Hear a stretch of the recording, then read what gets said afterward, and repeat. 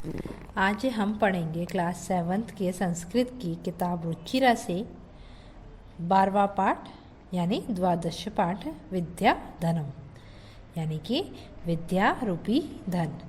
विद्या जो है वो हमारे धन के समान है। ठीक है, तो कुछ श्लोक हैं जो आज आपको विद्या की महिमा बताएंगे। पहला श्लोक है, न चोरहार्यम न राजहार्यम न भातृभाज्यम न च भारकारी व्यय कृते वर्धत एव नित्यम विद्याधनम सर्वधन प्रधानम। देखो, अब इसमें विद्या की महिमा बताई गई है कि न चोरहार्यम, इसको चोर चुरा नहीं सकते, किसको? विद्या को। न राजहार्यम, न ही राजा के द्वारा छीनने योग्य है। ठीक है। न भातृभाज्यम, न ही भाइयों के द्वारा बांटे जाने योग्य है। और न च भारकारी, और न ही भार बढ़ाने वाली है। विद्या का कभी भार नहीं बढ़ता। क्यों? क्योंकि जितनी आपके पास विद्या होगी उतना ही आप क्या करोगे, इस विद्यारूपी धन को आप बढ़ा सकते हो, तो उसका वजन नहीं लगता है। ठीक है, इसको कोई चोर चुरा नहीं सकता है, राजा है जो छीन नहीं सकता है, भाइयों में बांट नहीं सकते हैं, और नहीं इसका हमारे को वजन लगता है। ठीक है। व्यय कृति वर्धते एव नित्यम, नित्यम यानी रोजाना। इसको हम खर्च करेंगे तो क्या होगा, वो बढ़ेगा। जितना हम इस विद्यारूपी खजाने को हम क्या करते हैं, खर्च करते हैं, जितना भी हम लोगों को विद्यारूपी धन देते हैं, तो क्या हो, वह बढ़ता ही रहता है। विद्या धनम सर्वधनम प्रधानम, विद्यारूपी जो ये धन है वो सभी धनों में क्या है, प्रधान है, यानी कि बड़ा माना गया है। ठीक है, तो विद्यारूपी धन सभी धनों में प्रधान है, इस चीज़ का आपको ध्यान रखना है। ठीक है, इसको चोर चुरा नहीं सकते हैं, राजा छीन नहीं सकता है, भाइयों में ये बांटा नहीं जा सकता है, और क्या है कि इसका भार भी नहीं बढ़ता है। ये रोजाना खर्च करने से क्या होती है, बढ़ती है। इसलिए विद्यारूपी धन को सभी धनों में श्रेष्ठ माना गया है। विद्या नाम नरस्य रूपम अधिकम प्रच्छन्न गुप्त धनम, विद्या भोग करी यश सुख करी विद्या गुरुणाम गुरु, विद्या बंधुजनों विदेश गमने विद्या परा देवता, विद्या राजसु पूज्यते न ही धनम विद्या विहीन पशु हो। देखो, अब यहाँ पर क्या है, विद्या के बिना व्यक्ति को किसके, जानवर के समान बताया गया है। तो विद्या नाम नरस्य रूपम अधिकम प्रच्छन्न गुप्तम धनम। देखो, विद्या रूपी जो धन है वो मनुष्य का सौंदर्य से भी अत्यधिक गुप्त धन है। मतलब आपका जो रूप है उससे भी अधिक क्या है, ये गुप्त धन माना गया है। विद्या भोग करी यश सुख करी विद्या गुरुणा गुरु। देखो, विद्या क्या है, भोग का साधन उपलब्ध कराने वाली है, यश और सुख को प्रदान करने वाली है। यश सुखकारी विद्या गुरुणा गुरु, और विद्या गुरुओं की गुरु है। देखो, अब यहाँ पर विद्या को क्या माना गया है, विद्या आपको जो भी चाहिए वो साधन उपलब्ध करा देती है, यश दिलाती है, सुख प्रदान करती है। विद्या को क्या माना गया है, गुरुओं की गुरु माना गया है। विद्या बंधुजनों विदेश गमने विद्या परा देवता। देखो, विद्या क्या है, अगर विदेश जाने पर बंधुजन के समान है। बंधुजन होते हैं भाई लोग में जो आपके जानकार हों, बंधुजन, ठीक है ना, उनके समान माना गया है। लेकिन क्या है कि विद्या अगर आपके पास होगी तभी तो आप विदेश में जाकर के आप उनकी भाषा सीख सकोगे और उनके द्वारा जान सकोगे और उनसे बोल सकोगे। तो इसलिए विद्या को वहाँ पर बंधुजन के समान बताया गया है। और विद्या को परा देवता, विद्या सबसे बड़ी देवता है, मतलब उसको देवों में सबसे बड़ा माना गया है। विद्या राजसु पूज्यते न ही धनम विद्या विहीन पशु हो। देखो, राजाओं में विद्या की ही पूजा होती है, न कि धन की। हमेशा आप देखना, उनको जो राजा लोग होते हैं वो क्या करते हैं, जो इनकी विद्या होती है, चाहे तीर कमान हो, भाले हो, तलवार हो, क्या हो, ये इनकी ये विद्या ही तो है जो सीखते हैं ये लोग, तो वहाँ पर इनकी पूजा होती है। ठीक है, धन की वहाँ पे पूजा नहीं होती है। और विद्या विहीन पशु हो, यानी विद्या के बिना मनुष्य पशु के समान है। इसलिए हमें क्या करना चाहिए, विद्या जो हमारे पास में विद्या है उसको सीखनी चाहिए और विद्या को पाने की हमें कोशिश करनी चाहिए। केयूरा न विभूषयन्ति पुरुषम हारा न चंद्रोज्ज्वला, न स्नानम न विलेपनम न कुसुमम न अलंकृता मूर्धजा, वाणी एकसम अलंकरोति पुरुषम या संस्कृता धार्यते शीयन्ते अखिल भूषणानि सततम वाग्भूषणम भूषणम। अब देखिए केयूरा यानी बाजूबंद, ठीक है, जो हमारे आभूषण होते हैं, ठीक है।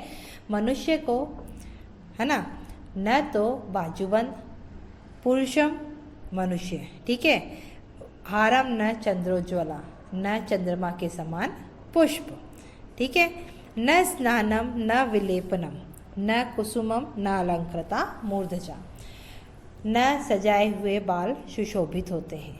देखिए मनुष्य को न तो बाजूबंद, न ही चंद्रमा के समान पुष्प और न ही सजाए हुए बाल या चोटी, वेणी जिसे बोलते हैं मूर्धजा, ठीक है ना, सुशोभित करते हैं, और न ही शरीर पर लेप करने योग्य सुगंधित द्रव्य। हम लोग नहाते हैं, जब स्नान करते हैं तो क्या करते हैं, हम लेप करते हैं, चाहे वो चंदन का लेप हो या आप किसी लेप से नहाते हो, तो क्या है, ये सब सुगंधित जो द्रव्य होते हैं इनके द्वारा जब हम स्नान करते हैं तो क्या होता है, ये सुशोभित नहीं करते किसको, हमारे शरीर को।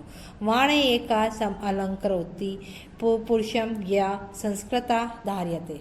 देखो वाणी ही एकमात्र ऐसी है जो संस्कार से युक्त हो। देखो एकमात्र वाणी जो होती है वो क्या है, संस्कार से युक्त होनी चाहिए, वही व्यक्ति को सुशोभित करती है। अगर आपने बालों को खुशबू वाले शैम्पू से धो लिया, आप अच्छे खुशबू वाले साबुन से नहा लिए, आपने बहुत अच्छे अच्छे गहने पहन लिए, चाहे वो बाजूबंद हो, चाहे चंद्रमा के समान चमकता हुआ हार हो, तो क्या है, आप उससे सुशोभित नहीं होगे जब तक आप मीठी वाणी बोलना नहीं शुरू करते, ठीक है। उसी प्रकार सभी आभूषण समय आने पर क्या होते हैं, नष्ट हो जाते हैं। शीयन्ते अखिल भूषणानि यानी नष्ट हो जाते हैं।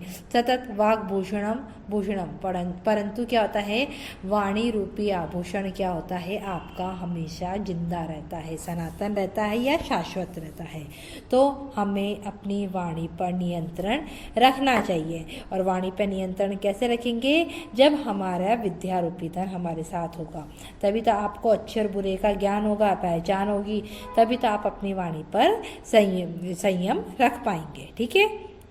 विद्या नाम नरस्य कीर्तिरतुला भाग्यक्षय च आश्रय धेनुकाम दूधा रतिश्च विरहे नेत्रम तृतीय च सा सत्कार्यतनम कुलस्य महिमा रत्नेर्विना भूषणम तस्मात् मुपेक्ष्य सर्वविषयम विद्याकारम कुरु। देखो विद्या रूपी धन मनुष्य का अत्यधिक यश है, कीर्ति यानी यश है, ठीक है, और भाग्य क्षय च आश्रम, भाग्य के नष्ट हो जाने पर सहारा है। विद्या क्या है, विद्या जो है मनुष्य का यश कहलाता है। अगर जिसके पास विद्या है तो उसके पास में यश है, और अगर उसका भाग्य नष्ट हो जाता है तो क्या है, विद्या उसका आश्रय बनती है। जिस प्रकार क्या है, इच्छाओं की पूर्ति करने वाली गाय कौन थी, कामधेनु, ठीक है ना। वो क्या करती थी, आप उससे जो भी इच्छा हो, जो भी मांगते हो, तो वो कामधेनु उसको पूरा कर देती थी। तो ये क्या है, इच्छाओं की पूर्ति करने वाली गाय है, अर्थात कामधेनु के समान बताई गई है किसको, हमारी विद्या को। और विरहे नेत्र तृतीय चैसा, और वियोग की दशा में क्या है, ये प्रेम के समान है। जब कोई हमारे साथ दगा कर जाता है, धोखा दे जाता है, तो उस टाइम जब हम अकेले पड़ जाते हैं तो विद्या अगर हमारे पास होती है तो क्या है, ये हमारे साथ में प्रेम का व्यवहार करती है। तृतीय चैसा, और ये तीसरी आँख है हमारे लिए, ठीक है, ताकि हम लोगों की पहचान कर सकें। सत्कार्यम कुलस्य, देखिए सम्मान का निवास है, कुल की महिमा है, कुलस्य महिमा, कुल की महिमा है, और बिना रत्नों का आभूषण है। देखिए यहाँ पे सब विद्या की महिमा बताई जा रही है कि विद्या आपके लिए क्या क्या है। कुल का आभूषण है जो बिना रत्नों का है, ठीक है। इसलिए क्या है, अन्य सभी विषयों को छोड़कर हमें क्या करना चाहिए, विद्या पाने की कोशिश करनी चाहिए। इसलिए हमें विद्या का सत्कार करना चाहिए। एक बार फिर देख लीजिए, विद्या रूपी धन मनुष्य का अत्यधिक यश है, भाग्य के नष्ट हो जाने पर सहारा है, इच्छाओं की पूर्ति करने वाली गाय अर्थात कामधेनु है, ठीक है, और वियोग की दशा में प्रेम है, तीसरी आँख है, सम्मान का निवास है, और कुल की महिमा है, और बिना रत्नों का आभूषण है। इसलिए हमें क्या करना चाहिए, सभी विषयों को छोड़कर विद्या को पाने की कोशिश करनी चाहिए। तो हमें यहाँ पर विद्या की महिमा बताई गई है। इस चैप्टर के अंदर क्या बताया गया है कि विद्या हमारे लिए कितनी ज़रूरी है।